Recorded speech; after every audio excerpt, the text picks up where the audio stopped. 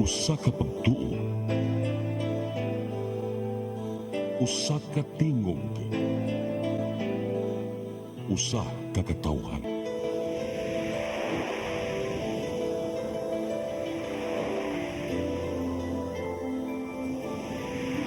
Cebu Catholic Television Network.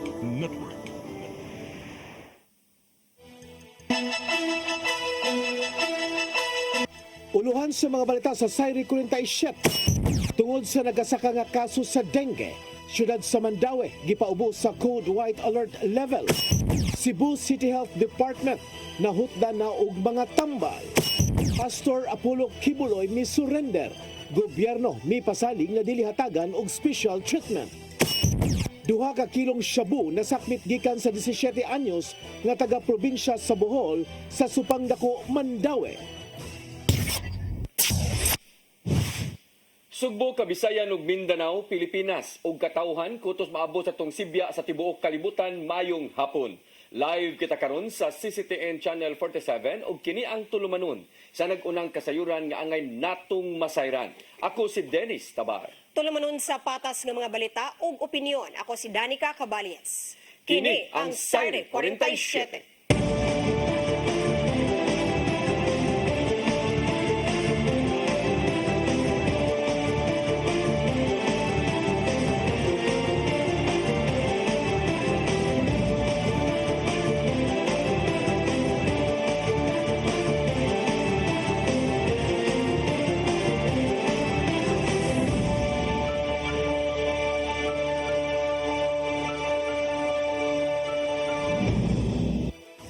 Karon sa kumpletong detalye sa atong mga balita, syudad sa Mandaue gipaubos karon sa Code White Alert level tungod sa nagsaka nga kaso sa dengue.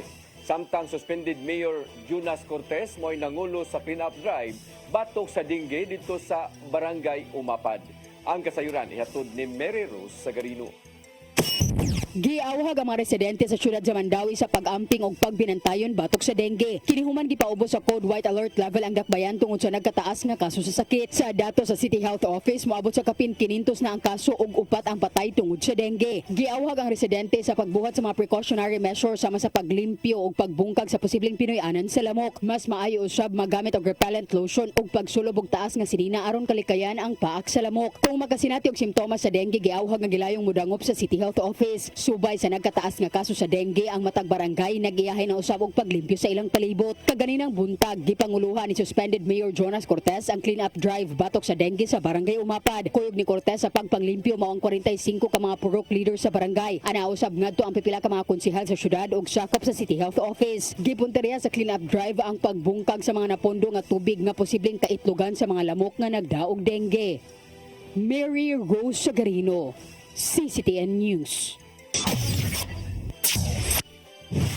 Mga doktor na balaka human ng Cebu City Health Department na hutda na og tambal nga ipangapod-apod sa mga barangay health centers. Apil na niini ang mga bakuna alang sa mga bata sama sa pneumococcal vaccine, pentavaccine ug tambal pang maintenance. Ang kasayuran ni hatod ni Shariza May Uy. Nahutdan na og tambal ang Cebu City Health Department kay isupply niini ngadto sa kadaiyang barangay health center sa Dakbayan. Akip na niini ang mga bakuna alang sa mga bata sama sa PCV, pentavaccine, ingon man ang maintenance medicine ug uban pang supply. Gingon nga mao kini ang labing unang higayon nga hutdan og mga bakuna ang City Health. Kini gikalarma sa ubang mga health professionals tungod kay gingon delikado nga mobalik ang sakit nga pertussis sa mga kabataan ug uban pa. Ipasalig Ginoo na ni Acting Mayor Raymond Garcia na ang pagpalit kini mao ay prioridad sa syudad. Pagpasalig yun nga ato na nang i-purchase within the month, madilatar lang gamay tungod sa SB2 approval. Inisigayo na nga maprubahan ang iyahang gi-propose nga supplemental budget 2 nga nalakip na niini ang paggahin og budget alang sa City Health. Gawa sa bakuna mopalit sab ang syudad ug lain pang mga nagunang tambal nga gikinahanglan. Ang 384 million pesos nga proposed SB2 ipaabot nga maprubahan na sa City Council sa inapos ning buwana. Ato nang i-prioritize gyud nga ini human gyud og approve sa SB2, ipadali gyud nato ang atong pag-purchase og mga vaccines para sa atong mga bata. o guban pa mga supplies. Sherry Zamay-Uy, CCTN News. Samtang konseho sa dakbayan sa Sugbo mopadali sa pag-umol og task force nga mututok sa pagbawi sa mga ipang-donate ng mga luna sa kagamhanan sa dakbayan. Kini sama na lang sa mga karsada nga wa maggamit din ang titulo wa pa hingpit nga mahatag. Ang kasayuran ihatod pagbalik ni Sherisa May-Oy. Ipadali sa konseho sa Dakbayan sa Sugbo ang pagkulma og task force sa gamahanan sa Dakbayan na may mututok sa pag-recover sa mga donated lots sa syudad. Partikular na niini katong ginunar nga luna, naghimong dalan apan wala pa matugyan ang titulo niini sa city government. Takip na niini ang kadalanan sa Beverly Hills, Castles Village ug uban pa. Ang City Council pinaagi ni Council Pastor John Alcover nga niawag kang acting mayor Raymond Alvin Garcia ngulmaon na ang task force alang niini. Kini aron nga mabawi na ang nasgutang luna o kingpit na mapanag-iya sa city government. Ako sa post kay gisulod ko kay pasabag kada magpuliman na sa Pipili, kada puliman na sa Casals Village. Ma-donated lots pero dili pa ka completely control ba? Kay mo inom na sila. Napay na mo titulo, magana na sa katarungan. Muna nga I think Raymond iya ginagdalion sa liog na niya. Ang pagtuko sa task force una nang gipahibalo ni Garcia, 2 ka buwan na ang nilabay sa pag-recover sa giingon kapin usa ka libo ka city-owned lots. Sherry Zamay-Uy, CCTN News. Barangay Gizo sa syudad sa Mandawi gibawian og garbage truck sa syudad tungod sa giingong kapakyas sa pagkolekta sa basura. Ang aksyon gihulagway sa kapitan nga usa ka political harassment. Ang kasayuran ni hatod ni Mary Rose Sagarino. Gibawi sa syudad sa Mandawi ang duha ka garbage truck nga gihatag ngadto sa Barangay Gezo. Kini matud pa tungod sa kapakya sa barangay sa pagkolekta sa mga basura. Matud ni Attorney Jamal James Kalipayan ang City Administrator nga daghan ang mga reklamo ang ilang nadawat sa pipila ka mga residente. Ang isyu sa basura giingong gikan pa niadtong tuig 2018. Gani pipila na ka environmental citation ang na-issue sa City Environment and Natural Resources Office ngadto sa barangay. Ang barangay na-collect naman ang garbage niya na sila MRF, ilang segregate, kung na sila kinalagay segregate, na-collecta nila sa saktong nga panahon, mamagod na importante yun. Apan kaning giso for a very long time na wag yoy sa improvement ang ilang situation. Usahay ang delay sa collection, moabot og 3 to 4 weeks. Kibaw ko ana kay ang atong mama o papa, taga-giso. Tungod niini, ang syudad una ang mokolekta sa basura sa barangay. Apan mato ni Kapitan Jesus Nere Sr. nga naningkamot sila sa pagkolekta sa mga basura. Apan tungod sa gidaghanon og ang aksyon sa pipila ka mga residente nga molabay sa ilang basura human sa pagpangolekta, mao'y hinungdan sa pagkalangay. Matod pa sa Kapitan nga aduna sila duha ka driver ug duha ka kolektor. Unya aduna sila napo ka sitio. Laki pa sa ilang jurisdiksyon ang transitory housing sa mga nasunugan, usa ka mall ug usa ka hospital. Kanang basura, malangan lang pagkuha. Apan makuha, gyud. Ang problema nila kay kita lagi gusto gyud nilang ipindaon political harassment ilaha magsigig pangudak ang kanang ilaha apag makuha na ang basura di sila mangudak nga nakuha na. Muna yung mitabo. Muna nga sa akong bahin masami akong sugoon. Kuha mo ko'y job order. Di ba? Sugoon ako. Muna nga akong pamagi, naman tayo mga barangay tanod, nga doon naman tayo gitawag og clean up drive weekly. Mo'y atong patabangog kargas basura. Gihulagway sa Kapitan nga political harassment ang pagbawi sa Mandawi sa garbage truck tungod kay dili siya kaalyado ni suspended Mayor Jonas Cortez. Matud dinere nga posibleng giipit siya tungod kay ang mga garbage collectors tawman sa syudad. Pamulitika gini. Political harassment ning ilaha nga ano manggod. Kay ako 1997 kapitan ako. Panahon nato, siyempre ang pamunuan sa mga wano nakauyon man ta. May mga ilang serbisyo. Di wa ta ingon na mo balik yun.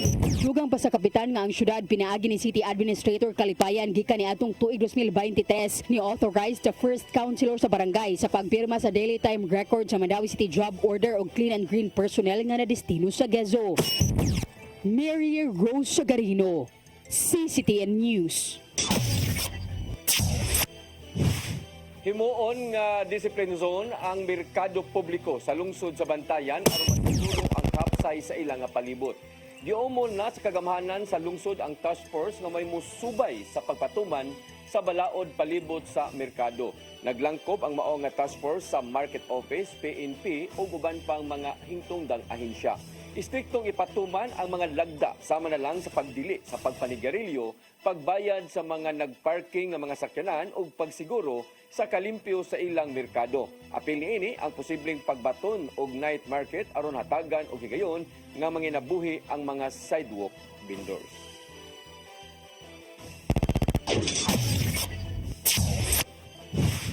Social Security System ipainumdum sa mga empleyado nga magbantay kanunay sa mga gihatag nga kontribusyon ngadto sa ilang employer. Kininunot sa subsob nga monitoring sa ahensya batok sa mga dili mutunol sa mga kontribusyon. Ang kasayuran ni Hato Digian Navarro. May pahinumdom ang Social Security System kun SSS ngadto sa mga empleyado nga kung mahimo magbinantayon sila mga contributions nga gitunol ngadto silang employer. Subay kini silang kampanyang RACE kun Run Against Contribution Evaders din panggukdo nila ang mga badlungong employers. Sa nimong monitoring sa SSS din ni Susugbo, kadaghanan sa mga employer ni tunol sa mga contributions sa trabahante ngadto silang ahensya. Kuno galing mapakyas, issuean sa SSS og show cause order ngadto sa establishmento o kinanan tubagon sulod sa 15 ka adlaw. Kung dili man makadepensa o mapakyas, pasakan sila og tukmang kaso sa korte.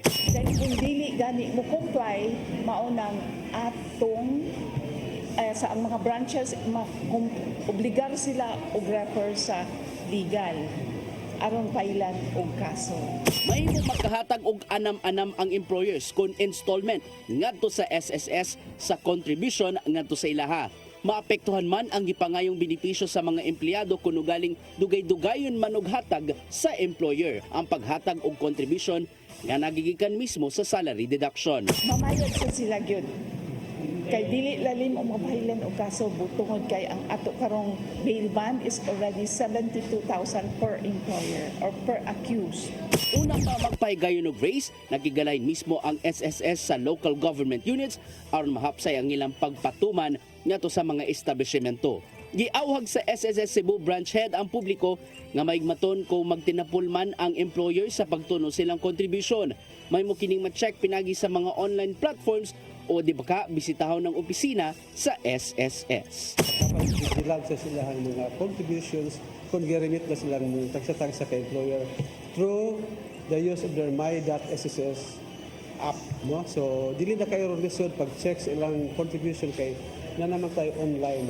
Ian Navarro, CCTN News.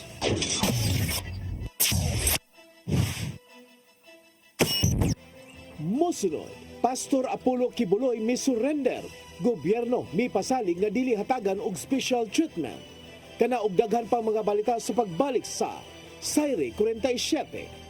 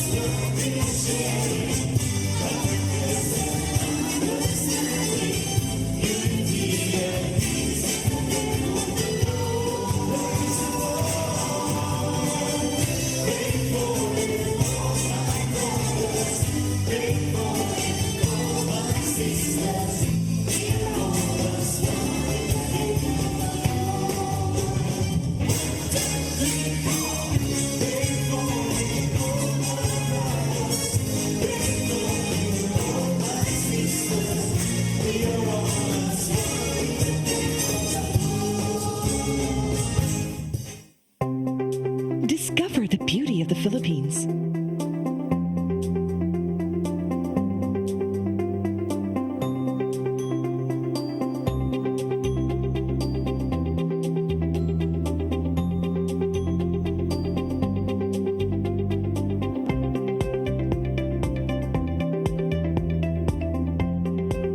With Philippine Airlines, the country's flag carrier.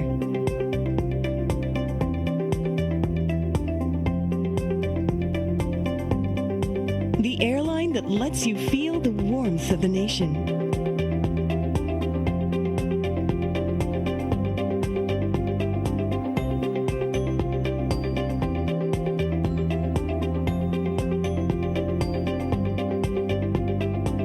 Mabuhay!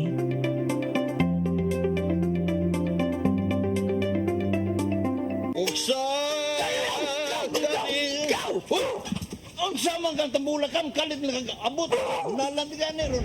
Gitara ko nga gamay, gamay kaayo. Gitara ko nga dako, gamay kaayo. Dailing, Sa man ang utangan nga naam na si mong luyo dito. mo pa manggod siya na ikatubang ni mo Dailing kay Tarong mo. nganong imo mo kung iapel ni Dailing ha, wa man ko'y labot. Kini panil nga, kini.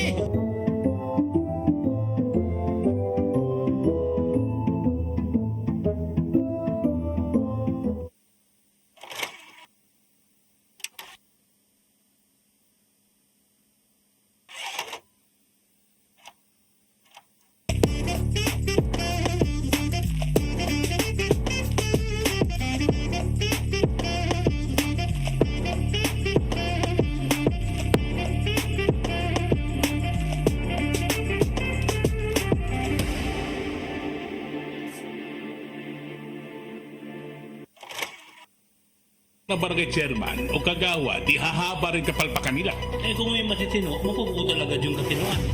Lumalangap Ang hindi magagawa ng PNP, ang umamin na sila ay failure. liglig, siksik at umapaw na kuro-kuro na may kasamang kirot at kawanan. Ano ngayon? Kasama ang bago niyong paboritong tandem, Nino Bonito at Chonke Bench. Ano ngayon? Ano ngayon? Ano ngayon?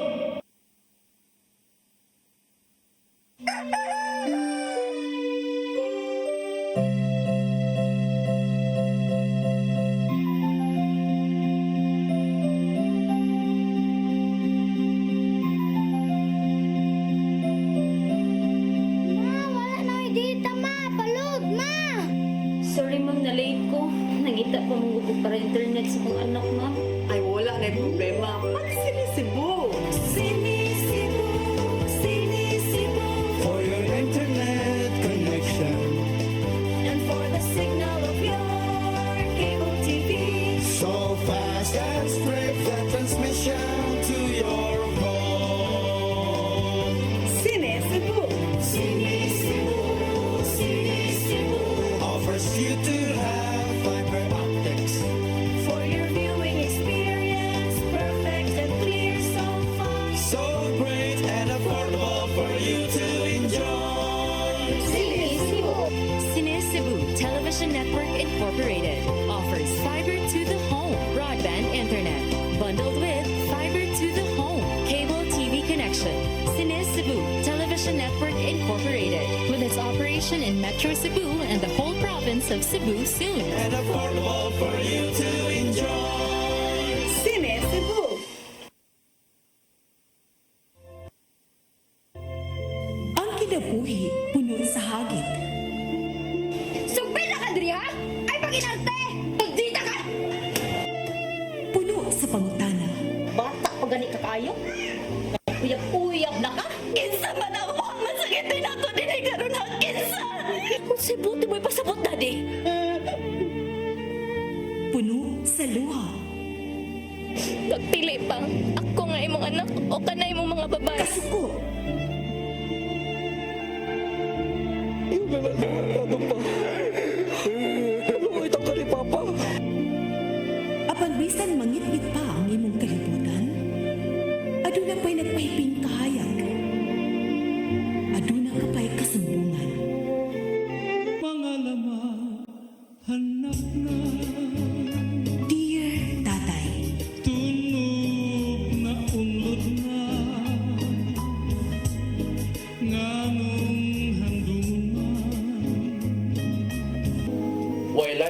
paagi aron masabtan nato ang Biblia. Kinahanglan nga doon natay relasyon kang Hesus. Hangtod sa layan natong panaguban, daghang salamat siya.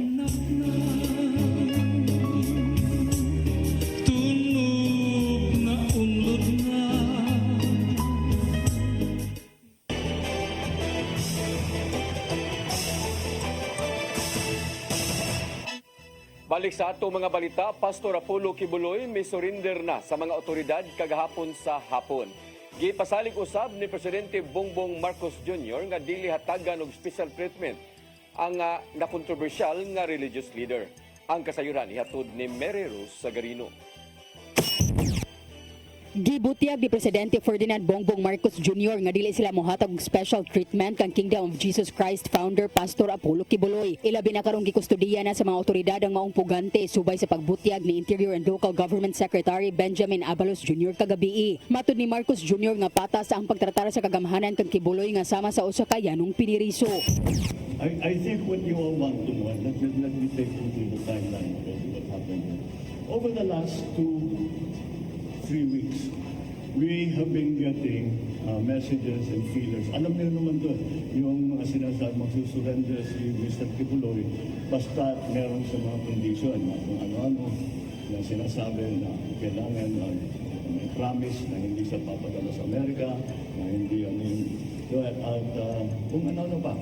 Gi-report sa Philippine National Police nga ni-surrender ang maong puganting pastor human sila mihatag og 24 ka oras nga ultimatum. Matod ni PNP spokesperson Police Colonel Jean Fajardo nga kung dili man mosanong sa ultimatum mapugos ang kapulisan sa pagsud sa KOJC compound sa Davao City. Si Kibuloy wanted tungod sa mga kaso sa child abuse, sexual abuse ug qualified human trafficking. Nagtago-tago si Kibuloy human niluwat og arrest order ang Senado batok kaniya tungod sa kapakyas pagtambong sa mga hearing niini. Apan gitataw sa abogado ni Kibuloy nga si Attorney Israelito Torrio nga igo lang misurrender ang pastor aron mahunong ang giingong kaggubot sa palibot sa KOJC compound. Dugang pa ni Marcos Jr. nga wala pay request ang United States government bahin sa extradition kang Kibuloy tungod kini sa pagtuong kinahanglang mapatuman ang judicial process dinhi sa Pilipinas. Mary Rose Sagarino, CCTN News.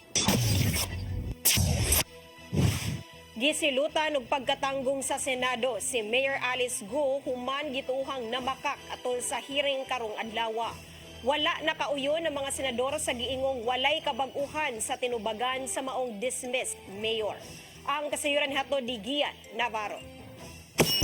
Human sa kapintulo ka buwan sukad nagpakita sa Senado, napugos sa pag-atubang si dismissed Bamban Tarlac Mayor Alice Guo ngadto sa mga senador bahin sa issue sa illegal pogo activity sa Luzon.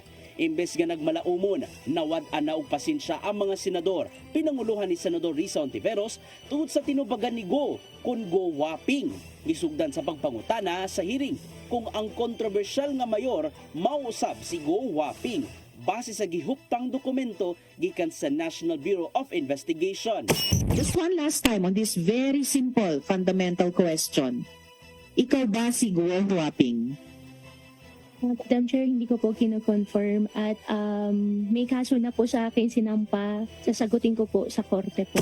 Wala na kauyo na pipila ka mga senador sa gingong pagtago-tago o paglikay ni Guo sa mga nang-aging committee hearing sa tinguha nga makabot-unta ang kamatuuran. Sama na lang ni Senador Joel Villanueva diin paghulagway niya, nagbinastos ra ang dismissed mayor sa nasod. Na-offend po kami. Hindi ko po alam, pero parang ang turing mo sa amin ay kaaway na.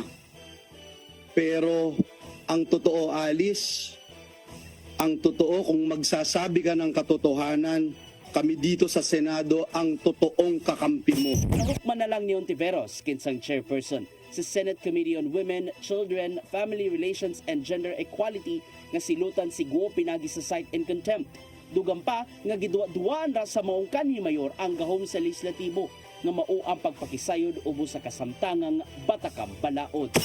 This is a blatant defiance of the legislative's constitutional power of inquiry. Lumalabas na pinaglalaroan mo ang aming batas at pinapaikot mo ang mga Pilipino. pero ibahin mo ang Senado. Giuyunan ni noon sa mong komitiba ang cite and contempt kang Guo ug itanggong na lang siya sa palibot sa Senado. Hinuon gipaning kamutan sa mga senador niya ng panahona nga makigalayon kang Guo ngadto kanila sa pagtubag sa kamaturan, ilabi na nga adunay nadawat nga hulga sa kinabuhi. Apan sa gyapon gihimog atan ni Guo nga nahimugso lang siya sa tarla o kinalang panalipdan ang iyahang kaugalingon. Ang tatay ko po si Go Jiangjong po, Madam Chair. At ang Nanay niyo? nanay si Lin Wenyi. Nako, Miss Alice, binabaliktad nyo na yung sinabi nyo sa isang previous hearing, no? Ian Navarro, CCTN News. Lapu-Lapu City Bids and Awards Committee o gabuhatan sa sangguniang Panglungsod Secretariat miluwat o pagpamatuod nga wa sila nakaproseso og consultancy services ubo sa pangan nga Zhao Zuki ang Chinese national nga mo'y nakuhaan og consultant ID sa Office of the Mayor. Ang kasayuran ihatod ni Crystal Joy Filerca. Niluwat og certification ang Lapu-Lapu City Bids and Awards Committee og Office of the Sangguniang Panglungsod Secretary ni adtong September 7 nga wala sila'y naproseso nga consultancy services ni Zhao Shuki.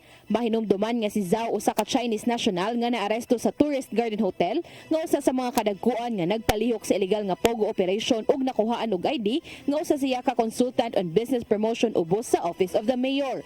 Ang pag-issue sa mga certifications isip kini pagsuporta ngadto ni Mayor Junior Dahongchan kinsa hugtanong ni himakak nga peke ang maong ID nga nakuha kay Zhao. Base sa certification nga gi-issue sa Bids and Awards Committee, wala sila'y nadawat nga request o giproseso nga consultancy services ubos sa pangan ni Zhao sukad ni adtong tuig 2019 sa unang termino ni Mayor Chan hangtod karong panahona. Samtang susamang pahayag usab ang gipagawa sa Office of the SP Secretary nga wala sila'y natalang approved resolution nga nag-authorize sa mayor nga makigkontata kay Zhao isip consultant sukad sa iyang paglingkod. Apan giangkon hinuon ni Mayor Chan nga nakahimamat niya ang maong Chinese national tungod kay nakadonar kini og pipila ka mga gamit ngadto sa dakbayan sa iyang unang termino. Yes, wa na to nag-deny. They donated us PPEs, they donated us computers, they donated us solar. No? They are donors. Apan sigon pa sa mayor nga wala siya nakitang dautan sa maong donation tungod kay nagnegosyo kini sa dakbayan og lakip kini sa ilang social responsibilities. Nakita nato, they do business in Lapu-Lapu in 2019, wala pa tama mayor. Gimo sila maayo ilang negosyo. I-inspect sila taga-tuig sa ilang negosyo, nagbayad sila og saktong buhis sa ilang yuta, bayad sila mga business permit. So, wa mi nakita nga dunay diferensya ang pagdawat og mga donation gikan nila. Ang mayor nagkanayon nga ang maong consultant ID nga nakuha kay Zhao posibleng gigamit aron maka-impluwensya sa negosyo. Naay mga ingunana nga mga partner nga paduol na to gamiton siya sa iyang pangutana, posible gamiton as mao ni ingunani ko para ma-influensyahan ang uban nga mga partner nga mao ni saligan ko na so posible inana nga bata. Crystal Joy Filerca, CCTN News. Mga hepe sa matag police station sa Lapu-Lapu City gitahasan nga mag-profiling sa mga dagkong establishmento. Kini aron pagsuta kung aduna bay mga kadudahan nga nag-operate og illegal nga pogo. Ang kasayuran hatod pagbalik kay Crystal Joy Filerca. Gibutyag ni Police Lieutenant Colonel Christian Torres, ang spokesperson sa Lapu-Lapu City Police Office, nga gitahasan na nila ang mga hepe sa matag police station sa pag-profiling sa mga dagkong establishmento sa dakbayan, ilabi na ang kadto mga sirado kaayo nga mga establishmento. Matod sa tigpamaba nga gibuhat kini nga lakang aron masuta kung aduna bay mga establishmento nga kadudahan nga posibleng nag-operate og illegal nga pogo. Sigon pa ni Police Lieutenant Colonel Torres nga kung ugaling dili mohatag sa ilang kooperasyon ang management sama na lang sa dili pagpasud sa kapulisan ug paglikay sa mga pangutana, usa na kini katimailhan nga adunay illegal nga gibuhat sulod sa establishmento. Dugang pa niya nga kung dili mo cooperate ang management, magpatabang na sila sa lokal nga kagamhanan.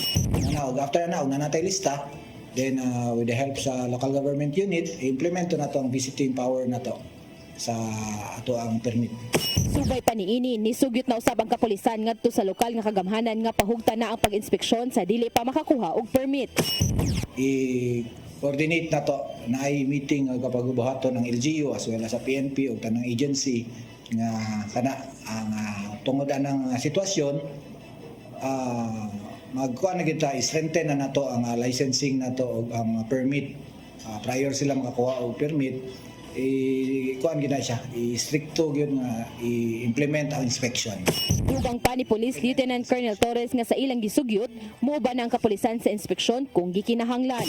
Manay sugyot sa ato ang city director, ato ang mayor nga tanaw na to ang balaod og during sa pag-implement anang inspection sa mga licensing tanaw na to ang police og asa dapita siya mo lugar para makasuda o makapenetrate sa usa ka establishment, especially kung suspected na possible nga himuong pugo hub or pwedeng maghimo dia nga pugo like activity.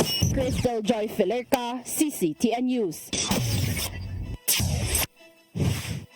Cebu Normal University moabag sa giingong nagkahinay nga kahimtang sa nursing sector sa nasod.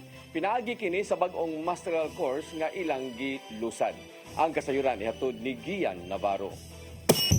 Gilusad sa Cebu Normal University ang bag-ong masteral course gikan sa College of Nursing and Allied Health Sciences.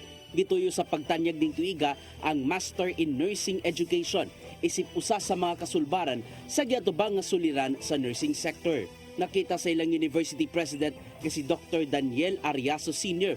nga nagkagamay na ang mga nurse dinhi sa nasod tungod sa kadaghan sa mga nag-abroad o di baka nibiya sa ilang propesyon. Mong pinaagi sa pagtanyag sa maong masteral course, mas mapalambuhinon ang pagtudlo sa nursing ngadto sa ubang mga nagkuha sa maong undergraduate course aron sila mamahimon ng competent inighuman na sa pagtungha. It is one way of further strengthening the nursing professionals and then in their ability and competence to teach our students.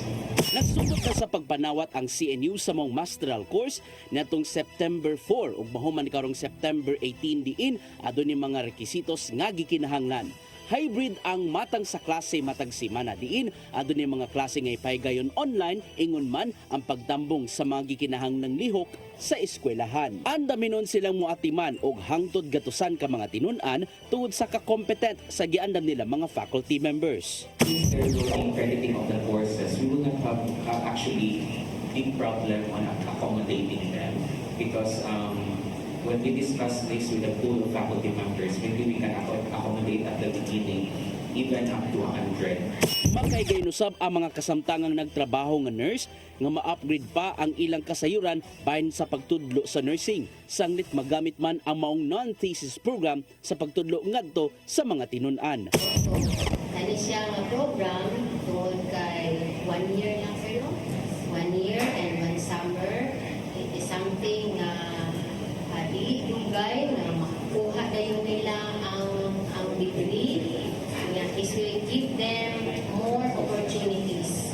Nakikalayo na ang CNU sa ubang tunghaan aron mas mapalig-on ang bag-o nilang kurso. Dungan kini sa pagsiguro nga makahatag sila og mga competent nga nursing educators nga may moabag sa pagsulbad sa maong sektor. So the only way for us to help other academic institutions to produce world-class nurses is really to give them a world-class program to equip them with world-class competence. Navarro, CCTN News. Hapsay og malinaw ra sa kinatibukan ang unang adlaw sa bar examination dinhi sa Sugbo nga walay natala nga problema ang kapulisan. Cebu City Police Office mudugang og personnel sa katapusang adlaw sa bar exam sa sunod Domingo. Ang kasayuran niatod ni Arnold Bustamante. Wala makatalag problema ang kapulisan sa Depensa Sugbo sa nga paghatag sa seguridad sa unang adlaw sa bar examinations nga gipahigayon sa University of San Jose Recoletos Basak Campus kagahapon adlaw. Mato ni Police Major Jesse Ribasitao, hepe sa Inaywan Police Station, nga mausab ang ground commander sa security nga base sa data nga gihatag sa Supreme Court dunay 1,114 aga mikuha sa bar exam samtang 59 ang wala makatunga. Tungod kay ang unang adlaw sa bar exam natunong man sa Domingo, wala kaya makabalda sa daga sa trapiko sa mga lugar apan ilang gipanglantawan nga sa ikaduhang adlaw sa Barigsam nga mohuot ang mga sakyanan sa Natalio Bacalso tungod kay tingklas man kini. Subay na ni ilaning nga gipangandaman pinagi sa pagdugang og mga personnel gikan sa Cebu City Transportation Office kun CCTO aron mosulbad sa problema sa traffic. Sama sa naandan nagbutang sila og mga barriers sa gawa sa tunghaan aron dili maghuot aga mga kabanay o mga supporters sa usa ka Barigsaminis. Nihangyo ang PNP sa mga higala o mga kabanay lagip na aga mga supporters nini nga tumanon lang ang tahimangno o kung asa ang designated area nga mamahimo sila nga makahatod o makasugat human sa pasulit aron dili madisturbo aga mga mikuha sa Barigsams. Wala sila tugutan nga makastambay nga mga sakyanan sa gawa sa tunghaan aron dili makamugna og kahuot sa dagan sa trapiko. Una na nga mipatuman ang kapulisan sa Depensa Sugbo og Licorban og anti-noise ordinance nga gilubatan ni Cebu City Acting Mayor Raymond Alvin Garcia aron dili madisturbo ang mga mikuha sa bar examination. Gitahasan ni Basitaw aga mga barangay police security officers sa Pardo nga may mulusad og grooving sa 100-meter videos sa USGR o gipahimangnuan ang kabalayan nga naa sa palibot labot sa maong kamanduan sa kagamanan sa Depensa Sugbo sudod lang sa adlaw nga dunay bar exam. Arnold Bustamante, CCTV News.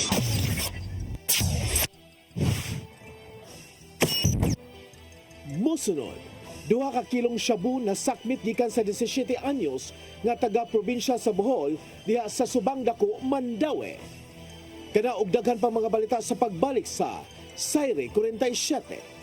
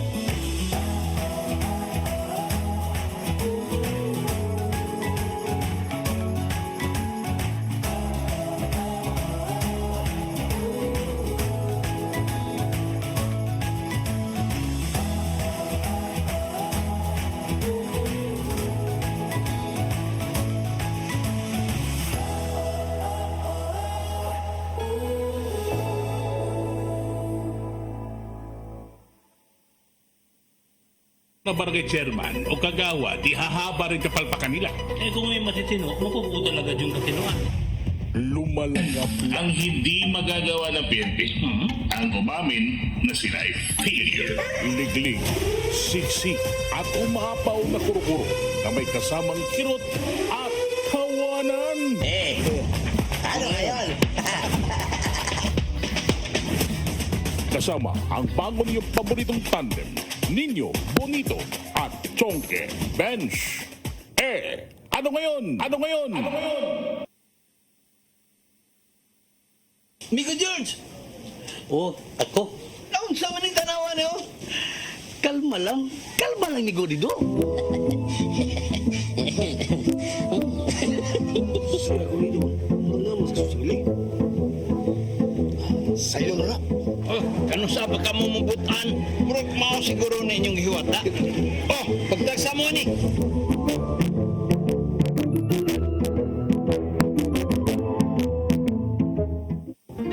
I am the God that healeth thee. I am the Lord your healer.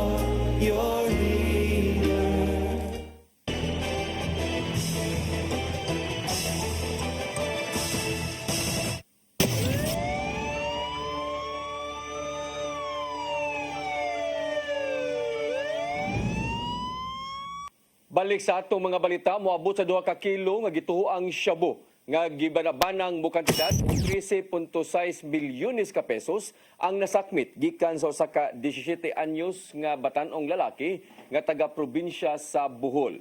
Kini atol sa buy-bust operation niadtong Biyernes sa hapon sa sitio Aruma, Barangay Subang Dako, Mandawi City. Niadto lang miaging semana niabot ang 17 anyos sa Sugbo og nagplano unta nga magpa-enroll sa usa ka alternative learning system. Matud usab sa Philippine Drug Enforcement Agency 7 nga ang batan-on gisugo lang sa pagpahatod sa illegal nga drugas sa wa pa mailhi nga supplier. Gitugyan usab sa PDEA 7 ang minor de edad ngadto sa Mandawi City Social Welfare and Services ug pasakaan kini og kaso nga paghupot ug papamaligya og illegal nga drugas. Dakpa ng usa ka lalaki nga gialarmang armado ug nakuhaan pa og drogas niadtong Sabado sa gabii sa sitio Sicalco, Barangay Labangon ning Dakbayan sa Sugbo.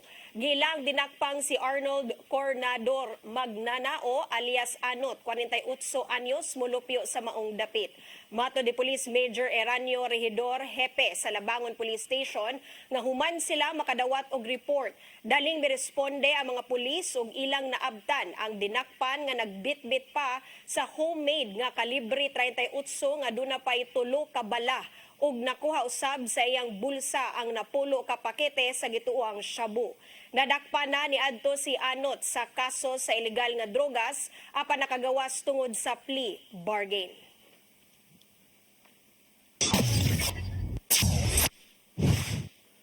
Mo kadtong naglangkob sa atong mga balita sa Sayri 47, ako si Dennis Tabar. Ako si Danica Caballes, sangtod ugma sa inyong paboritong tulumanon. Sayri 47.